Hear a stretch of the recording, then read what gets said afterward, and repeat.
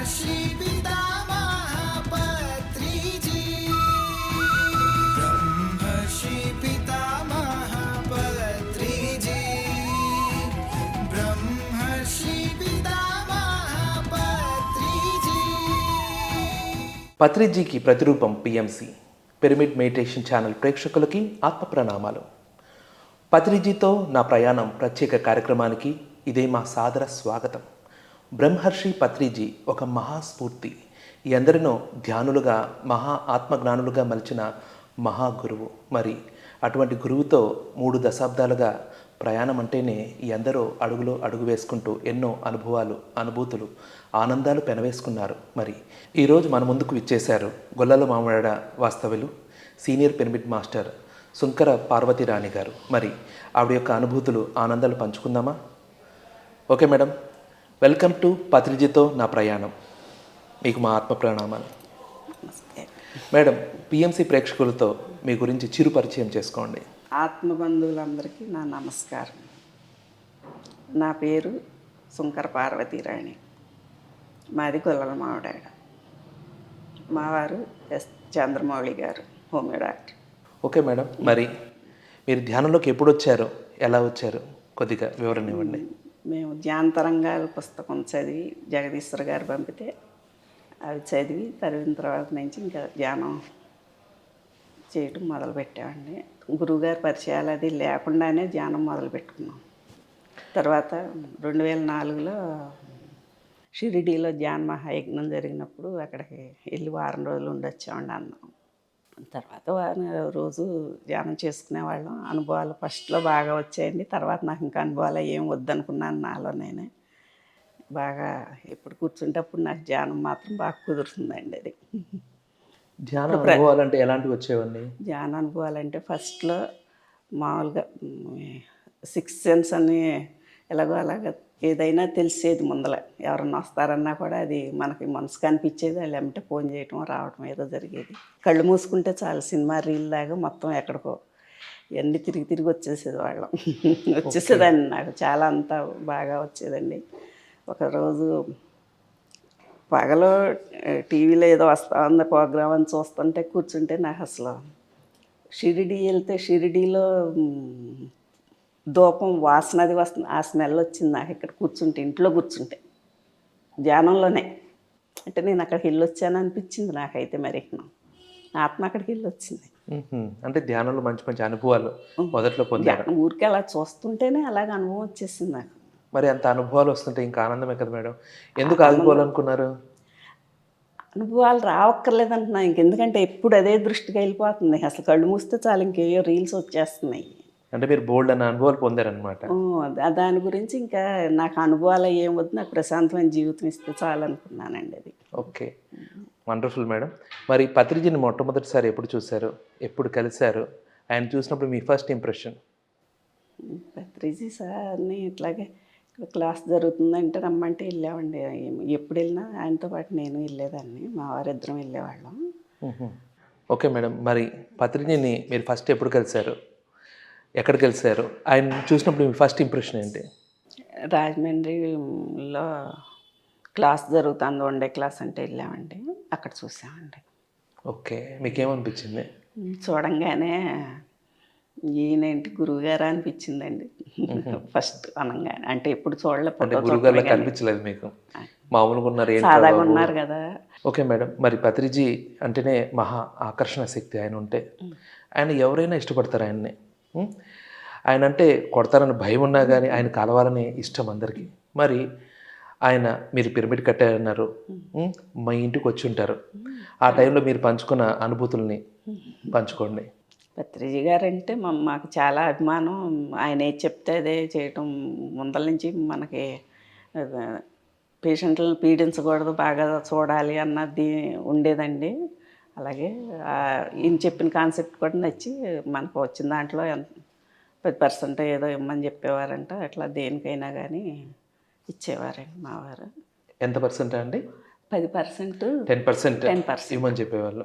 ఇమ్మని చెప్పేవారంటండి. చెవులు అదే చెప్పేవారండి. ఏంటని అడిగితే ఆయనకి సీక్రెట్గా చెవులో చెప్పేవాళ్ళు అనమాట. బాగుంది. మరి మీరు పిరమిడ్ కట్టారు, పత్రి సార్ 2-3 సార్లు వచ్చారు, అప్పుడు జరిగిన అనుభూతులు పంచుకోండి. ఆ, అందరూ జనం మీద కదండి, ఇంకా అప్పుడు ఇంట్లో వెనకమాల నేనే చూసుకోవాలి కదా, కొంచెం ఆయనతోటి అందరూ చుట్టూ చేరిపోయేవారు కదండి, ఇంక మనం కూడా వెళ్ళి నమస్కారం పెట్టి కాళ్ళకి దండం కాళ్ళకి దండం పెట్టుకున్నారా? దండం పెట్టుకోలేదండి, కాళ్ళలో నొక్కటం వరకునే కదండి, మరి అదే కదా సేవ చేసేవాళ్ళం. ఓకే ఓకే మేడం, మరి పత్రి సార్ అంటే మనకు చాలా ఇష్టం, మన ఇంట్లో వ్యక్తిగా చూస్తాం.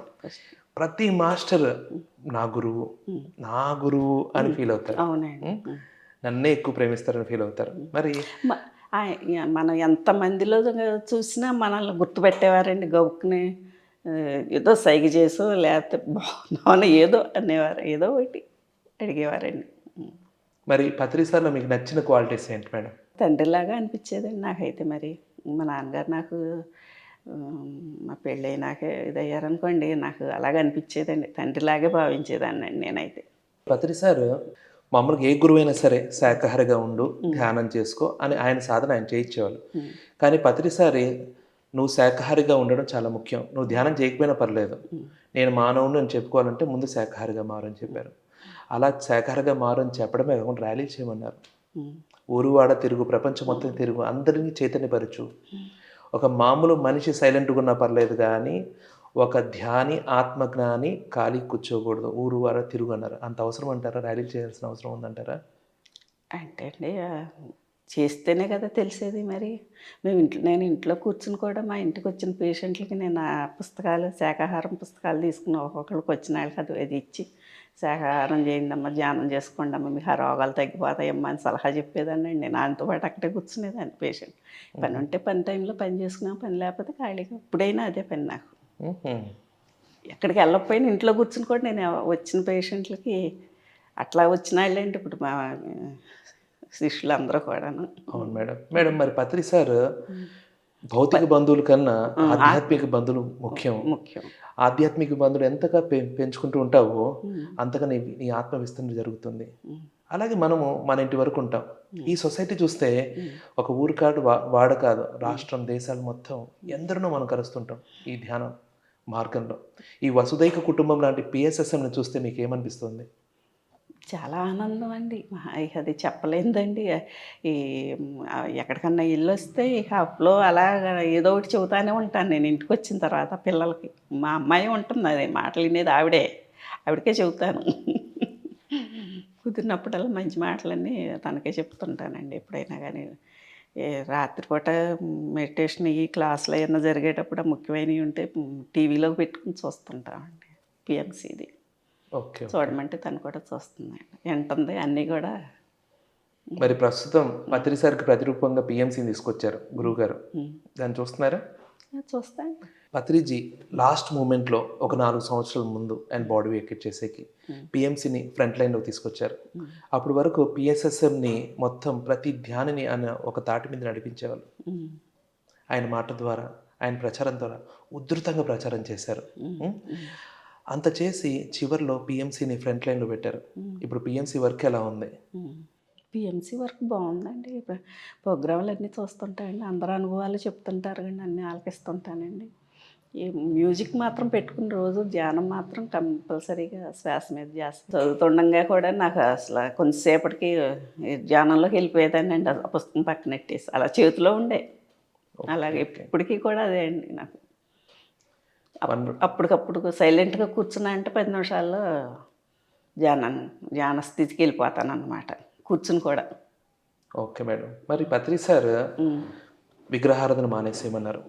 18 ఆదర్శ సూత్రాల్లో ఒక మాస్టర్ ఎలాగ ఉండాలో గీటుగా చూపించారు.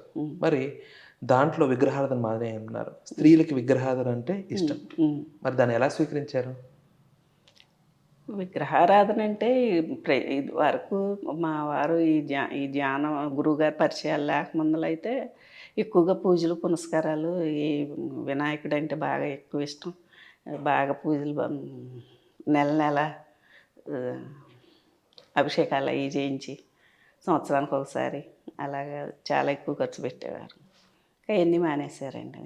ఇది తెలిసి నాకు ఆ రూపాయి అంతా కూడా ఇటు ధ్యాన ప్రచారానికి ఎవరికి పుస్తకాలు అంటేనో ఎవరికంటే వాళ్ళకి ఇంకా అలాగే తెలిసే కదండి నాకు కూడాను ఎంతవరకు ఇచ్చేవారు ఏంటనేది కూడా. చాలా బాగుందండి. మరి పత్రి సార్ స్త్రీ శక్తిని ఎక్కువగా మోటివేట్ చేసేవాళ్ళు, స్త్రీలకే పెద్దపీట వేసేవాళ్ళు. ఎక్కడ చూసినా క్లాస్ పెడితే స్త్రీలే కనిపిస్తారు, ఎక్కడ సర్వీస్లో చూసినా స్త్రీలే కనిపిస్తారు. ధ్యాన మహాచక్రాన్ని కూడా మహిళా ధ్యాన మహాచక్రంగా మరి చేశారు. మరి అది అంత అవసరం అంటారా? అవసరం కాబట్టి అండి, గురువుగారు సూక్ష్మంగా చూస్తారు కదా, మరి అన్నీ తెలుసు. ఆయన ఏది చెప్తే అదే అవుతుంది. ఇంకా మనం చెప్పగలిగింది ఏం లేదు. మనం చూసి ఆయన ఏది చెప్తే అది ఆచరించడమే అండి మన పని. ఆధ్యాత్మిక దగ్గరున్న చైతన్యం స్త్రీ చైతన్యం. ప్రేమ, ఆప్యాయత, కలుపుకొని తత్వం, సహనం, ఓర్పు అది స్త్రీ చైతన్యానికి మూలం. మనిషి మగాడు లాజికల్ మైండ్తో ఉంటాడు, వాడికి ఇవన్నీ ఉండవు. ఎదిగిన ఆత్మలే స్త్రీ చైతన్యంతో ఉంటాయి. కాబట్టి ఆ స్త్రీ చైతన్యం విస్తరించాలని మహిళా ధ్యాన మహాచక్ర పెట్టినారు. ఎంత అద్భుతం కదా మేడం. అవునండి, చాలా. కాబట్టి ఎందుకంటే పత్రి సార్ లాగా సర్వీస్ చేసిన వాళ్ళు ఎక్కడ మనం చూడలేదండి. మామూలుగా ఎవరైనా గురువు ప్రచారం చేస్తారు, ఒకలాగా వెళ్తారు. ఈయన విపరీతంగా ప్రచారం చేశారు. చాలా మీకు అది చూస్తే మీకు ఏమనిపించింది? చాలా ఎక్కువ. ఆయన కష్టపడినట్టు ఎవరు వాడలేరు. చాలా ఎక్కువ 24 గంటలు 7 చేసేవారు కదా, ఎప్పుడు వర్క్ చేసేవారు ఖాళీ లేకుండా. చాలా మనిషి ఓపిక లేనట్టు అయిపోయేవారు. మళ్ళీ అప్పటికప్పుడు నిమిషంలో లేచి రెడీమని వెళ్ళిపోయేవారండి. అది మాత్రం చాలా ఇది అనిపించేది నాకు. ఎంతో విస్తారంగా ప్రచారం చేసి ప్రతి సంవత్సరం చివరిలో ధ్యాన మహాచక్రం పెట్టేవారండి. ఎన్నో వేల మందితో ఉదయం అద్భుతమైన వేణునాద ధ్యానం, అద్భుతమైన సందేశాలు ఇచ్చేవారు. ఎలా అనిపించేది ధ్యాన మహాచక్ర మీకు? అసలు చెప్పడానికి నోటి మాటలుగానే ఆనందమే ఆనందం అంతే అండి. మరి చాలా బాగుండేది కదా. చాలా బాగుండేదండి. అలాగే నో డాక్టర్ నో మెడిసిన్ అనేవారు. మరి మీ హస్బెండ్ హోమియో డాక్టర్ అని కూడా చెప్పారు. ఒక ధ్యానానికి వస్తే అనారోగ్యం పోగొట్టుకోవడానికి వస్తాం. లాంగ్ జర్నీలో అప్ అండ్ డౌన్స్ ఉంటాయి, ఎనర్జీ లెవెల్స్లో మనకు అనారోగ్యం రావచ్చు. నో డాక్టర్ నో మెడిసిన్ అనే దాన్ని ఎలాగ స్వీకరించగలమంటారు? అంటే ఇంగ్లీష్ మందులు మానేమన్నారు, కానీ హోమియో కానీ ఆయుర్వేదం కానీ వాడమని చెప్పేవారు గురువుగారు కూడా. అయితే ఇప్పుడు మనం కూడా ఎక్కువ ఇచ్చేవాళ్ళం కాదు కదండి, తక్కువ ఇచ్చి ఆ మందులు ఖరీదే తీసుకునేవారు. వాళ్ళ దగ్గర వాళ్ళు ఎక్కడ ఎంతటి పేదవాళ్ళు వచ్చినా అందరినీ ఒకే రకంగా ట్రీట్ చేసేవారు. ఖాళీ ఉండేది కదా అసలు. భోజనానికి, టిఫిన్కి, స్నానానికి ఇలాగ టైం వాళ్ళని పక్కన కూర్చోబెట్టి వెళ్ళి రావాల్సి వచ్చేది. అంత ఇదిగా ఉండేది. మేడం, మీ హస్బెండ్ దగ్గరకు వచ్చి అదే పనిగా ఫ్రెండ్లీకి పత్రి సారే వచ్చి స్టేజ్ మీద నుంచి వచ్చి మాట్లాడేవాళ్ళు, అంత క్లోజ్నెస్ ఉండేది. మరి మీ ఇంకా లైఫ్లో ఇంత లాంగ్ జర్నీలో ఎన్నో అప్ అండ్ డౌన్స్ ఉంటాయి, సుఖ దుఃఖాలు ఉంటాయి. ఆ టైంలో పత్రి సార్ నుంచి ఏమైనా గైడెన్స్ తీసుకున్నారా? ఇంకేమన్నా అనుభూతులు ఉంటే షేర్ చేసుకోండి. ఇంకా నేను బాగా ఎప్పుడు దగ్గరలోకి వచ్చారంటే ఇల్లు రావడమే కానివ్వండి, ఇంటికాడ అనుకూలంగా కుదరకాయ ఒకటి ఉంటాయి కదండి. మరి కుటుంబ బాధ్యతలన్నీ మరి నా మీద అన్నట్టు ఉండేదండి. దాని గురించి తక్కువ అండి. Okay madam. మరి Patri sir last year body vacate చేశారు.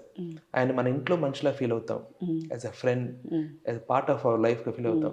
లాస్ట్ 1 year బ్యాక్ ఆయన బాడీ వెకేట్ చేశారు.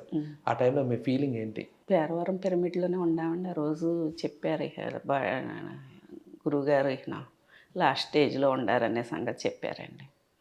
లక్ష్మణరావు గారు చెప్పారు నాకు, ఎల్లప్పుడు లక్ష్మణరావు. ఓకే అండి. చెప్పలేమమ్మా, చూసి వచ్చామందరం అని చెప్పారు. నాకు ఆ రోజు అనిపించింది. మేము పిరమిడ్లోనే ఉన్నామండి. అప్పుడు 3 రోజులు క్లాసులు ఏవో జరుగుతుంటే వెళ్ళాము. అయిపోయిన తర్వాత ఇంటికి వచ్చేటప్పటికి మేము పొద్దున పడి భోజనం చేసి అంటే త్వరగా బయలుదేరొచ్చు. ఇంటికి రాగానే 5ంటికి న్యూస్లు వచ్చేసినాయండి, వికెట్ చేశారని. నాకెవరో ఫోన్ చేసి చెబితేనే కానీ చూసుకోలేదంటే, ఫోన్ చూసుకోవాలి నేను కూడా. ఓకే మేడం, పత్రి సార్ కొందరికి కొన్ని బాధ్యతలు అప్పచెప్తుంటారు. అలాగా పిరమిడ్ సొసైటీలో ఏదైనా పని చేయమని మీకు మీ హస్బెండ్కి ఏమన్నా బాధ్యతలు అప్పచెప్పారా? అదేమైనా ఉంటే షేర్ చేసుకోండి. నాకు ఎప్పుడు ఏం చెప్పలేదండి గురువుగారు. నేను చేయాలనుకుంది చేయటం వరకునే, కానీ మా వారికే మీ వల్ల అవుతుంది చేయమని చెప్పేవారంటండి. చాలాసార్లు చెప్పారంట చెవులోను. ఏది ఆ సైట్ గురించి చూసి రావటం, వెళ్ళటం, పలానా అని మాట్లాడటం, ఇవన్నీ నాకు వివరాలు తెలిసే కదా. నేను వెళ్ళి రావడం వరకునే, కానీ కూడా వెళ్ళేదాన్ని వచ్చేదాన్ని, అంతవరకే తెలుసండి. ఏ సైట్ మేడం? ఇప్పుడు పేరవరంలో సైట్ అండి, వశిష్ఠ గౌతమి. పేరవరం సైట్ సార్ మాట్లాడారు అనమాట. అడ్వాన్స్ కూడా డబ్బులు అయ్యి ఆటోలో పెట్టుకుని వెళ్ళామండి మేము. అది ఎలా మాట్లాడారు, ఎంత తీసుకెళ్ళి అడ్వాన్స్ ఇచ్చారు, కొద్దిగా వివరించండి. 26 లక్షలు పట్టుకెళ్ళి ఇచ్చాం. ఓకే. ఎకరానికి 1,00,000 కాడికి. ఎకరానికి 1,00,000 కాడికి 26 లక్షలు ఇచ్చారు. ఎన్ని ఎకర్స్ అండి? 26 ఎకరాలు. 26 ఎకరాలు. ఏ సంవత్సరం మేడం? 2010లోనే అండి. 2010. సార్ పేరు ఏం పేరండి? చంద్రమౌళి. చంద్రమౌళి గారు. వండర్ఫుల్ అండి. మరి అందుకే మా పత్రి సార్ స్టేజ్ మీద దిగుకొచ్చి ఈయన చెవులో చెప్తుంటారు. అదేండి. అవును. ఎవరి ద్వారా ఏ మహత్కార్యం చేయిస్తారో పత్రి సార్కే తెలుసు. తెలుసు. ఈ ఊళ్ళో మాది ఈ ఊరు కాదు, నేను చూస్తే పేదవాడిని, కోటీశ్వరులు ఉన్నారు ఈ ఊర్లోనూ ఈ జిల్లాలోనూ, అందరినీ వదిలేసి నన్ను పట్టుకున్నారు మా గురువు గారు అని ఆఖరిని చాలా ఇదైపోయారండి, టెన్షన్ పడిపోయారండి బాగా. మరి ఎవరిలో ఏ చైతన్యం ఉంటుందో తెలీదు. ఎవరి ద్వారా చేయమని చెప్పేవారు. అక్కడ వాళ్ళతో మాట్లాడి ఆ రైతులందరినీ పోగేసి వాళ్ళతో మాట్లాడి వచ్చేటప్పుడు 12-11 గంట అయ్యేదండి. మళ్ళీ పొద్దున్న లేచేటప్పుడు మళ్ళీ మామూలండి 7:00 మాకు పేషెంట్లు వచ్చేసేవారండి. అలా ఉండేదండి బాగా వర్క్. చాలా బాగుంది. మరి ఇంకా వశిష్ఠ గౌతమ్ ఈ వర్క్లో ఇంకేమన్నా షేర్ చేసుకున్నారు? నేనేం చేయలేనండి. నాకు ఉన్న దాంట్లో నాకు ఇవ్వగలిగింది ఎప్పుడంటే అప్పుడు డొనేషన్ చేయటం, లేదంటే అన్నదానానికి ఇవ్వటం అయ్యి అంతవరకే. వండర్ఫుల్ అండి. మరి చివరిగా పిఎంసి ప్రేక్షకులతో మీ సందేశాన్ని పంచుకోండి. ప్రతి మనిషి ఇప్పుడు మనకున్న పరిస్థితులను బట్టి ఆ ధ్యానం చేసుకుంటేనే కానీ మనకు ముందుకు వెళ్ళలేము అనేది తెలుసుకోవాలండి. అది మాత్రం ఖచ్చితమండి. అట్లకి ఏ రోగమైనా పక్కకు పోతున్నాయండి ధ్యానం చేసుకుంటే. నాకు ఇప్పుడు 70వ సంవత్సరం అయినా అందరిలాగా కంటే తిరగలుగుతున్నానంటే నాకు ఆ ధ్యానమే నన్ను నడిపిస్తుంది అనుకుంటున్నానండి. అందుకని నన్ను చూసి కూడా కొందరు చాలామంది అనుకుంటారు మీకులాగా నేను చేయలేకపోతున్నానంట. ఎప్పుడో రాకెందుకు ఇప్పుడు మా అమ్మాయి నాకులాగా చేయలేకపోతుంది, తిరగలేకపోతుంది. చాలా అద్భుతం మేడం. మరి పత్రిజితో నా ప్రయాణం కార్యక్రమంలో మీ అమూల్యమైన అనుభూతుల్ని, ఆనందాన్ని పంచుకున్నందుకు మీకు మా కృతజ్ఞతలు. ధన్యవాదాలండి. ఓకే ఫ్రెండ్స్, చూశారు కదా గొల్లల మామిడాడ సీనియర్ పెన్మిట్ మాస్టర్ సుంకర పార్వతి రాణి గారి అద్భుతమైన పత్రి సార్తో వరకు ఉన్న అనుభూతులు, ఆనందాల్ని. మరి నెక్స్ట్ ఎపిసోడ్లో మరి ఒక సీనియర్ పెన్మిట్ మాస్టర్ యొక్క జర్నీని, పత్రి సార్తో వరకున్న ఆనందాల్ని, అనుభూతుల్ని, మధుర స్మృతుల్ని పంచుకుందాం. చూస్తూనే ఉండండి పిఎంసి ఛానల్.